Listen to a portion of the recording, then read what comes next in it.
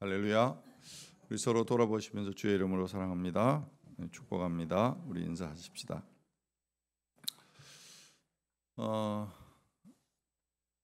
2023년 10월 마지막 주일입니다. 정말 시간이 날아간다라는 이 표현이 마음에 와닿는데요. 원래 교회력으로 보면 10월 마지막 주일은 종교개혁 주일입니다. 한국 교회가 늘 개혁주의 신앙의 정신을 이어가기 위해서 지금도 교회는 개혁되어져야 될 부분들을 늘 돌아보고 또 새롭게 하는 그런 주일인데, 그 의미를 생각하면서 또 11월 달 다니엘 기도회가 시작이 되어집니다. 마음속에 30주년을 앞두고 무엇을 준비해야 될까라는 부분들에 대한 고민과 기도 속에 특별히 우리가 다니엘 기도회를 통해서 다시 한번 우리 안에 어떤 영적인 각성, 하나님을 향한 우리들의 삶의 변화들, 그 마음으로 하나님 앞에 새해를 맞이하면 좋겠다라는 기대를 가지고 오늘 이 본문 앞에 섰습니다. 여러분, 오늘 본문을 이해하기 위해서는 먼저 좀 배경을 좀 이해할 필요가 있는데, 출애굽한 이스라엘 백성들이 약속의 말씀대로 가나안 땅의 우여곡절 끝에 40년 만에 정착을 하게 됩니다.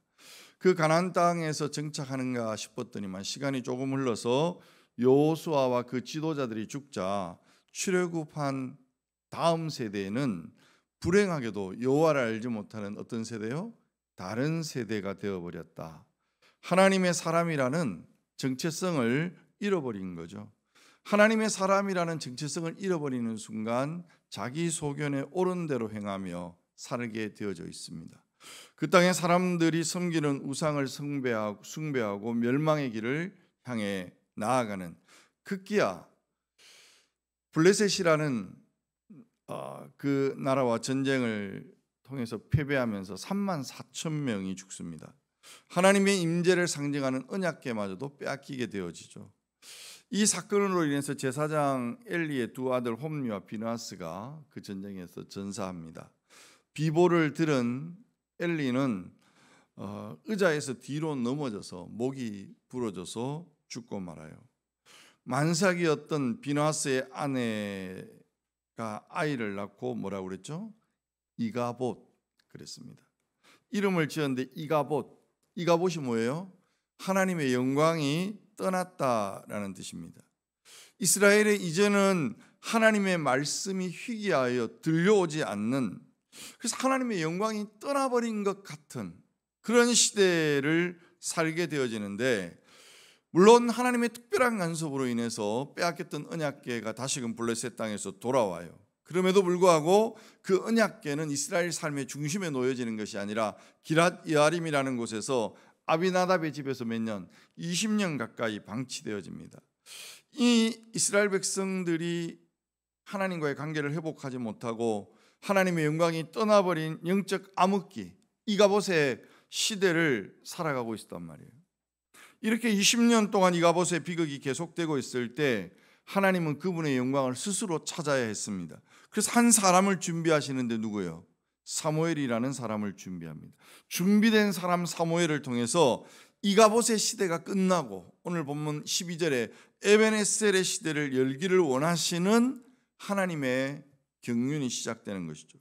오늘 이 본문을 통해서 하나님이 사무엘을 통해서 그 영적 각성을 시작하게 되어지는 데 있어서 어떤 원리가 필요하고 우리는 무엇을 붙들어야 하는가라는 것들에 집중할 필요가 있습니다. 먼저는 전심으로 여호와께 돌아오라. 여러분, 오늘 본문 3절 말씀을 보시면 사무엘이 이스라엘 온 족속에게 말하여 이르되, 만일, 여기서부터 같이 읽읍시다. 시작. 만일 너희가 전심으로 여호와께 돌아오려거든 이방 신들과 아스타롯을 너희 중에서 제거하고 너희 마음을 여호와께로 향하여 그만을 섬기라. 그리하면 너희를 블레셋 사람의 손에서 건져내시리라. 여기에 너희가 전심으로 여호와께 돌아오려거든, 여러분, 단순히 죄를 짓지 않겠다고 결심하는 정도가 아니라, 회개를 흉내내는 정도가 아니라 우리 안에 있는 모든 이방신들과 아스타로스를 제거하고 돌아오라고 말씀하고 있습니다. 우상이 뭐냐? 늘 이야기하지만 눈에 보이는 어떤 불상이나 어떤 형상을 가지고 우상이라고 말할 수도 있겠지만, 우리에게 우상은 하나님보다 더 의지하고 하나님보다 더 사랑하는 모든 것들이 우상이에요. 그래서 성경은 뭐라고 말하느냐면, 탐심은 곧 우상 숭배다라고 말씀하고 있습니다. 탐심이 뭡니까? 결국 사람이 욕심으로부터 우상 숭배가 시작되는 거고, 그 욕심이 뭐냐? 야고보서 1장 15절 말씀 앞에 화면을 보시면서 같이 읽어봅시다. 다 같이 시작. 욕심이 잉태한즉 죄를 낳고, 죄가 장성한즉 사망을 낳느니라. 우리가 예수님을 믿었고 하나님의 사람이 되어서 복음 안에 산다고 이야기하지만, 내 마음속에 탐욕의 지배를 받으면, 그래서 술 취하지 말라, 너희가 성령의 충만을 받으라 그럴 때 우리가 어떤 지배를 받고 사느냐가 중요한 거예요. 탐욕의 지배를 받는 순간 우리는 하나님 앞에서 자꾸만 관계가 끊어질 일들만, 그래서 예배 시간에 와도 답답하고 예배가 기쁨이 되지 못하고, 내 삶에 하나님이 주시는 복음의 감격이 무엇인지 누려가지 못하고, 사람들 만나면 짜증나고 관계가 파괴되어지고, 이런 일들이 일어나는 거예요. 사무엘은 이런 우상을 제거하면서 너희 마음을 여호와께로 향하여 그만을 섬기라, 여기에 마음을 여호와께 고정해라, 하나님의 명령이에요. 그리고 하나님의 약속은 그렇게 하면 너희를 블레셋 사람의 손에서 어떻게 해요? 건져내시겠다. 우상을 제거하고 여호와께로 돌아와서 그분만을 섬기면, 오늘 우리가 가장 중요한 것은 하나님 앞에 우리의 마음을 어떻게 고정할 건가, 어떻게 우리의 마음을 하나님께로 돌이킬 건가. 여러분, 여기에 4절 말씀을 한번 보십시다. 4절 같이 시작. 이에 이스라엘 자손들이 바알들과 아스타롯을 제거하고 여호와만 섬기니라. 무슨 말이에요? 순종했다는 말이에요. 사무엘의 말대로 바알과 아스타롯을 제거하고 마음을 다해 여호와만 섬기기로 결심하는, 사랑하는 성도 여러분, 우리도 동일합니다. 우리의 인생 가운데 하나님의 영광이 떠나버린 것 같은 이가봇의 저주, 그 저주를 끊어버리고 하나님이 도우시는 에베네셀의 은혜와 축복 속에 살기를 원한다면, 저와 여러분의 마음속에 하나님보다 더 의지하는 것, 아니 우리의 마음을 사로잡고 있는 그것이 뭔가 돌아봐야 되고, 그 부분에서 우리의 마음을 돌이켜 여호와 하나님을 향하고 그분에게 집중할 때 하나님은 은혜를 베풀기를 지금도 원하시는 줄 압니다. 이 아침 우리 모두가 정말 하나님 앞에 다른 결단이 아니라 하나님만 바라보기를 원합니다. 하나님에게 집중하기를 원합니다. 그 마음으로 예배하는 모든 성도들이 되시기를 주의 이름으로 축원합니다. 두 번째 메시지는 미스바의 모이라고 이야기합니다. 5절 말씀을 같이 한번 읽어볼까요? 다 같이 시작. 사무엘이 이르되 온 이스라엘은 미스바로 모이라, 내가 너희를 위하여 여호와께 기도하리라 하매. 여러분, 이 말씀도 여러분 6절에 보면 뭐라고 돼 있어요? 그들이 미스바에 모이라 하면 모이는 거예요. 만일 그들이 사무엘 선지자의 말을 무시하고 모이지 않았다면 어떻게 되었을까요? 미스바의 운동은 일어나지 않았을 거예요. 에베네셀의 축복이 뭔지를 경험하지 못했을 거예요. 그러나 모였습니다.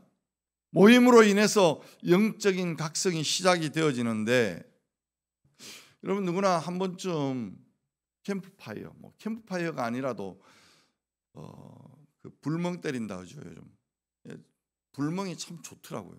불멍을 아주 한 번씩 하게 되어지는데, 여러분 캠프파이어 할 때 활활 타오르는 그 불꽃을 보는데, 장작 하나하나를 빼버리고 나면 여러분 아무리 활활 타는 장작도 하나가 떨어져 있으면요, 얼마 안 가서 연기 나고 불이 꺼지는 것을 보게 되어집니다. 우리가 왜 몸을 이루어야 되고 왜 교회에 모여야 되고 한 자리에 모여야 되는가? 모일 때 하나님이 불로 역사하신다. 요즘 가난한 교인들, 교회는 안 가지만 나 그리스도인이다 라는 분들을 자주 만납니다만, 처음에는 교회 안 가도 내 신앙 내가 지켜 라고 이야기를 하고 정말 그렇게 살 것처럼 보여요. 더 말씀 묵상하고 또 하나님께 가까이 가는 것처럼 영상을 보고 하는 것 같은데, 얼마 가지 않아서 보면 어떤 이유로든지 자신이 하나님 앞에서 멀어져 있어요. 왜? 불이 꺼져가고 있습니다. 우리는 모일 때 성령이 역사하신다. 주님이 오실 날이 가까울수록 사람들은 모이기를 자꾸만 패하게 되어지고, 사단이 점점 더 우리에게 이 모임을 패하도록 유혹합니다. 히브리서 10장 25절 말씀 앞에 화면을 보시면서 같이 한번 읽어볼까요? 다 같이 시작. 모이기를 패하는 어떤 사람들의 습관과 같이 하지 말고 오직 권하여 그날이 가까움을 볼수록 더욱 그리하자. 사단은 성도들의 모임을 패하려고 합니다. 혼자서 인터넷 설교 듣고 사회복 공간에서 신앙생활을 잘할 수 있다 유혹합니다. 기도도 각자 하라고 속삭입니다. 그것으로 충분하다고 속삭입니다. 성도들이 모이는 것을 극도로 싫어해요. 코로나 이후에 우리가 힘들어하는 게 뭡니까? 모이기가 힘들어져요. 온갖 이유로 오늘 우리는 모임에 대하여 도전을 받고 있는, 우리가 11월 달이 되면 다니엘 기도회가 시작이 되어집니다. 21일 동안 설교와 간증을 듣고 기도의 제목을 나누고, 한국교회만 한 2만 교회, 세계 전역에 흩어져 있는 한인교회 많은 성도들이 기도에 동참하는 것으로 알고 있습니다. 그럼 개인적으로는 늘 간증 중심의 신앙생활의 위험성, 좀 아쉬움이 있어요. 많은 은혜를 받지만 또 그것이 하나의 어떤 트렌드이기도 하지만, 그럼에도 불구하고 좀 아쉽다라는 마음을 가지고 있습니다. 특히 이번에 강사 중에 눈에 띄는 사람이 딱 한 사람 아는 사람이 있잖아요. 여러분도 아는 사람. 누구요? 조혜련 씨. 간증자로 세우는 데 있어서 많은 고민을 하셨겠지만 조금 더 시간을 두고 성숙한 신앙인이 될 수 있도록 지켜봐 주는 게, 좀 유명하고 연예인 되면 그냥 예수 믿는다 그러면 막 간증 세우기에 급급한 이 한국교회 풍토를 좀 생각해 봐야 돼요. 내가 남녀 호랑개교 신자라고 그렇게 오랫동안 이야기하고 다니고 마치 포교하듯이 그렇게 다녔던 사람이 갑자기 은혜 받고 너무나 뜨거운 하나님의 사람으로 소중하게 생각해요. 그러나 교회가, 우리 그리스도인 전체가 어쩌면 그 신앙이 건강하게 살아갈 수 있도록 하나님의 나라는 시간 속에서 무르익어 간다는 사실을 기억해야 돼요. 그렇지 않으면 우리가 실수합니다. 저의 가정에 새롭게 하소서 나와가지고 간증하는 동생이 있었습니다. 저는 차마 들을 수가 없었습니다. 너무 막 은혜가 넘친다고 이야기하는데 그 친구가 어떻게 사는지, 가족들에게 어떻게 대하는지 너무나 잘 알고 있는데 내보고 들으라고 그러는데 못 듣겠더라고요. 마음에 내 집이나 잘 돌아보지, 이런 이야기 하려고 하는 게 아니고 아쉬움이 있어요. 볼 때 저 사람 왜 샀을까 이런 마음도 있어요. 그럼에도 불구하고 제가 여기에 빠지지 않고 참여하려고 하는 것은 한국교회가 한 마음으로 나라와 민족을 위해 장로님 기도하는 것처럼 세계 열방을 향해 기도하다는데, 마음을 모아달라는데 당연히 참여해야 될 충분한 의미가 있습니다. 그런데 이런 유혹이 또 우리에게 있어요. 그래, 참여하죠. 각자 집에서 길 가다가 시간 날 때 영상을 통해 은혜 받을 수 있죠. 그러나 다니엘 기도회를 하는 이유는 각자 교회에서 여러분 모여서 기도하기를 바라는 거예요. 이번 우리가 다니엘 기도회에 저와 여러분이 미스바에 모여 영적 각성을 경험했던 이스라엘 백성들처럼 순종할 수 있기를 바라요. 여러분 혼자 기도하면 돼요. 그러나 함께 모여 기도하기를 하나님이 원하신다면, 한 자리에 모여 하나님의 은혜를 사모하면서 영적 각성을 사모한다면, 몇 년 전부터 어린이 다니엘 기도회가 함께 시간이 진행이 됩니다. 아마 포스터를 보시면 여러분이 잘 아는 강병호 목사님이나 몇몇 분을 아마 알게 될 거예요. 동일한 시간대에 유초동부실에서 어린이 다니엘 기도회도 같이 진행될 겁니다.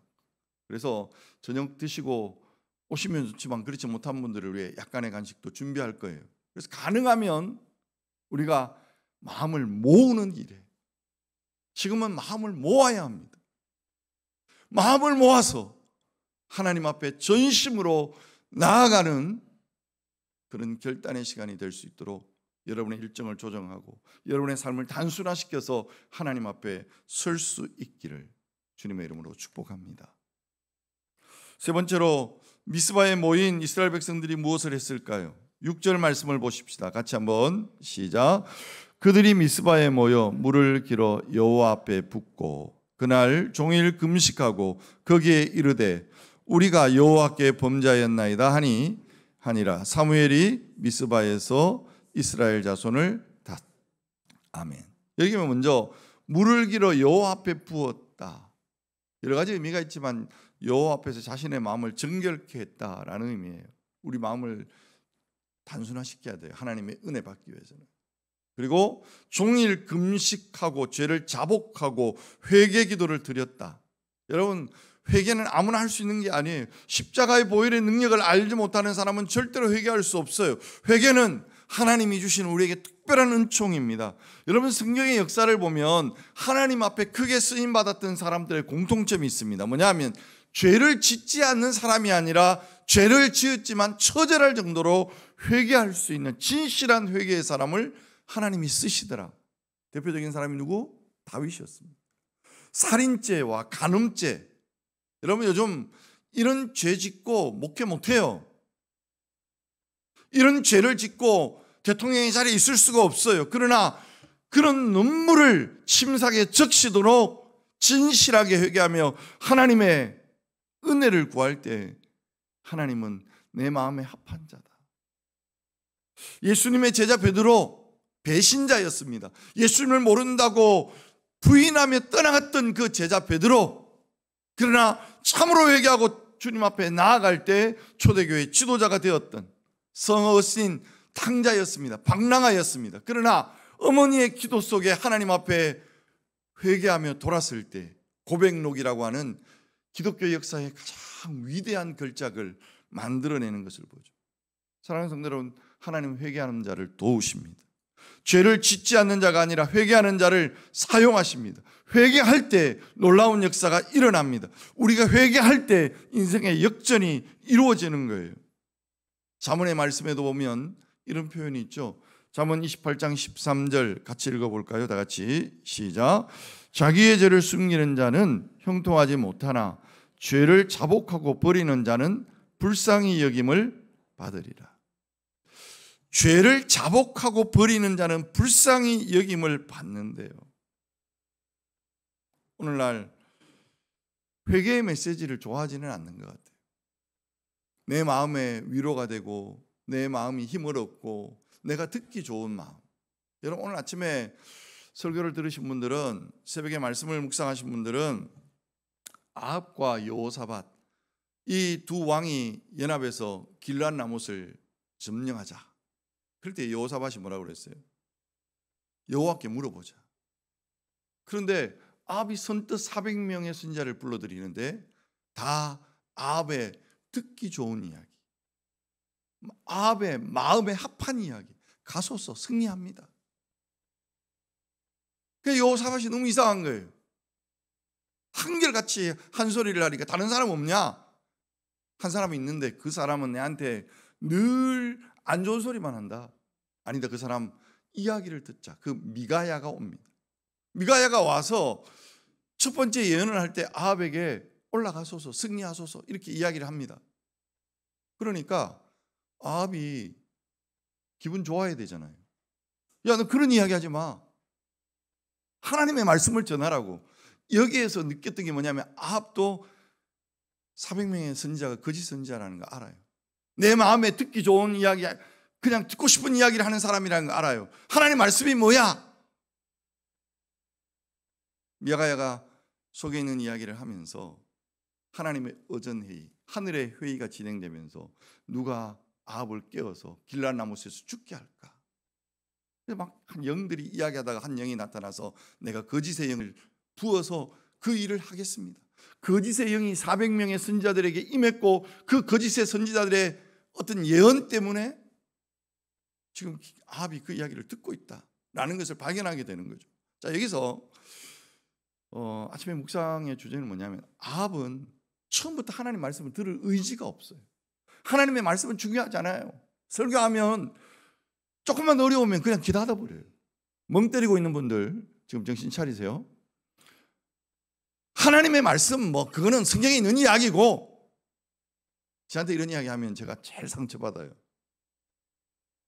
길가밭이구나, 돌짝밭이구나. 하나님의 말씀은 말씀이고, 말씀이 말씀이고가 아니라 말씀은 살아있어요. 그런데 듣고 싶은 이야기, 내가 듣기를 원하는 이야기. 여러분, 왜 매일 성경을 계속 묵상하고 싶어 하느냐 하면, 때때로 여러분 열왕기 같은 말씀이 쉬운 이야기는 아니에요. 왜? 포로기에 왜 우리는 성전이 있고 왜 우리는 다윗의 언약이 있는데도 불구하고 우리는 망해야 됐는가? 망하는 이유가 뭔가? 그걸 역사적으로 살펴보면서 결국 그 이야기 아닙니까? 내가 듣고 싶은 이야기, 내가 원하는 이야기, 내 마음에 기뻐하는 이야기만 들으려고 하는 아합 같은 사람 때문에 나라가 망하는 거예요. 거기에 있는 여호사밧은 어지중간한 그리스도인, 그토록 하나님의 말씀을 물었잖아요. 그러면 미가야의 이야기냐 거짓 선지자의 이야기냐 분별하고 선택했어야 되는데, 듣기는 들었는데 아합 따라갑니다. 전쟁터에서 아합인 줄 알고 공격을 당해가 죽을 고비를 넘깁니다만 다시금 살아나죠. 우리가 어지중간할 때 있습니다. 하나님의 말씀은 알겠는데, 하나님의 뜻인 줄도 알겠는데, 목사님 그래도 세상은 그게 아니더라고요. 어지중간하게 서 있으면 영적 각성이 일어날 수가 없어요. 말씀이 권위를 얻을 수가 없어요. 저로부터 여러분 자꾸만 적당히 목회도 그냥 적당히 이런 유혹이 제 안에 있습니다. 그럼 우리 모두가 다시 한번 11월을 계기로 하나님 앞에 서서 하나님의 말씀을 듣고 계속 회개하며 하나님 앞에 나아갈 때 누가 역사한다고요? 하나님이 역사. 그런 은혜가 이 공동체 안에 있기를 주 예수 그리스도 이름으로 축복하고 축원합니다. 오늘 이스라엘 백성들이 미스바에 모여 종일 금식하고 자신의 죄를 자복하고 회개 기도를 드리는데, 할렐루야 끝나면 좋겠는데 블레셋이 쳐들어왔어요. 여러분 7절 말씀 한번 보겠습니다. 7절 시작. 이스라엘 자손이 미스바에 모였다함을 블레셋 사람들이 듣고 그들의 방백들이 이스라엘을 치러 올라온지라. 이스라엘 자손들이 듣고 블레셋 사람들을 두려워하여. 사단은 하나님의 사람들이 모여 신앙 회복하고 영적 각성 일어나는 거 그냥 둘 턱이 없습니다. 여러분이 돈 많이 버는 거 두려워하지 않습니다. 여러분이 세상 권력을 가지는 것을 두려워하지 않습니다. 뛰어난 지식을 갖는 걸 사단이 두려워하지 않아요. 사단이 두려워하는 것은 하나님의 백성들이 모여서 회개하고 기도하는 것 가장 두려워합니다. 사단이 두려워하는 것은 저와 여러분이 이 자리에서 예배드리는데 영과 진리로 예배할 때 사단은 두려워 떤다고요. 왜? 하나님과의 관계가 회복되어지. 하나님과의 관계가 회복되어지고 나면 우리의 삶이 그 전쟁에서, 그 관계 속에서, 사건 속에서 하나님의 임재, 임마누엘의 역사가 나타난단 말이죠. 그러면 그곳에 승리가 있는 거예요. 그것에 자유가 있는 거예요. 그곳에 하나님의 역사가 나타나는 거예요. 사단은 이게 너무 싫은 거예요. 너무 싫고 두려운 거예요. 그래서 우리가 기도하고 모여 예배하고 하나님 앞에 모여서 영적 각성을 사모하는 그 모든 것들을 어떻게 하든지 여러분의 삶을 방해하려고 할 것입니다. 블레셋 사람들이 쳐들어왔다는 이야기를 들었을 때 이스라엘 백성들이 했던 건 뭘까요? 여러분 9절 말씀에 보면 두 가지가 나타나는데 같이 한번 볼까요? 다시 한번 9절 시작. 사무엘이 젖 먹는 어린 양 하나를 가져다가 온전한 번제를 여호와께 드리고 이스라엘을 위하여 여호와께 부르짖음에 여호와께서 응답하셨더라. 여기에 온전한 번제를 드리고, 여러분 온전한 번제, 완전히 결심해버리면 방해 못해요. 그래서 뜻을 정하는 다니엘의 그 기도의 가장 핵심은 뜻을 정하는 거예요. 우리가 정말 하나님 앞에 한번 집중하는 시간을 가져보자. 하나님 앞에 기도의 시간들을 가져보자. 우리가 고난주간 21일 전반기에 있습니다. 중간에 우리가 여러 명사를 위한 특별 기도회가 있습니다만 정말 11월 달을 맞이하면서 21일 저녁입니다. 집중해서 하나님 앞에 나아가려고 할 때 두 번째로 온전한 번제와 더불어 부르짖어 기도했다고 그랬어요. 응답하셨더라. 기도하니까 응답하는 역사가 있는 거예요. 여러분 10절 말씀을 같이 한번 읽어볼까요? 다 같이 읽습니다. 다 같이 시작. 사무엘이 번제를 드릴 때에 블레셋 사람이 이스라엘과 싸우려고 가까이 오매 그날에 여호와께서 블레셋 사람에게 큰 우레를 발하여 그들을 어지럽게 하시니 그들이 이스라엘 앞에 패한지라. 아멘. 기도로 승리하게 되었더라. 블레셋과의 전투에서 승리하면서 사무엘은 미스바와 센 사이에 큰 돌을 취해서 기념비를 세웠습니다. 여러분 12절 같이 한번 읽어보겠습니다. 다 같이 시작. 사무엘이 돌을 취하여 미스바와 센 사이에 세워 이르되 여호와께서 여기까지 우리를 도우셨다 하고 그 이름을 에벤에셀이라 하니라. 할렐루야. 에벤에셀, 도움의 돌이라는 뜻의 지명입니다. 하나님의 도우심으로 이겼기에 하나님의 은혜에 감사하고 감사해서 이 기념비를 세웁니다. 여러분 누가 봐도 지금 이스라엘과 블레셋 싸움에서 이스라엘이 이길 수 있는 상황이 그때는 아니었습니다. 블레셋은 군대로 무장되어져 있고 이스라엘은 싸울 준비가 안 된 백성이었습니다. 그런데 미스바 광장에서 기도하고 금식하며 하나님 앞에 회개할 때 그 이전에 이미 2번이나 패배한 아픈 과거가 있던 이스라엘 백성들이 창을 쓰지 않고 칼을 쓰지 않고 승리했다. 하나님의 은혜요, 하나님의 역사였습니다. 우레가 발하여서 블레셋 군대가 어지럽혀지고 혼비백산 도망하게 되어지는, 한마디로 하나님 싸워주신 거예요. 그래서 오늘 본문에 계속 이야기하는 것은 9절에 여호와께서 응답하셨다. 10절에 보면 여호와께서 우레를 발하셨다. 12절에 보면 여호와께서 여기까지 우리를 도우셨다. 여기까지 여호와께서 여기까지 우리를 도우셨습니다. 에벤에셀의 기념비가 그렇습니다. 에벤에셀, 하나님 여기까지 우리를 도우셨습니다. 제 가슴을 뛰게 합니다.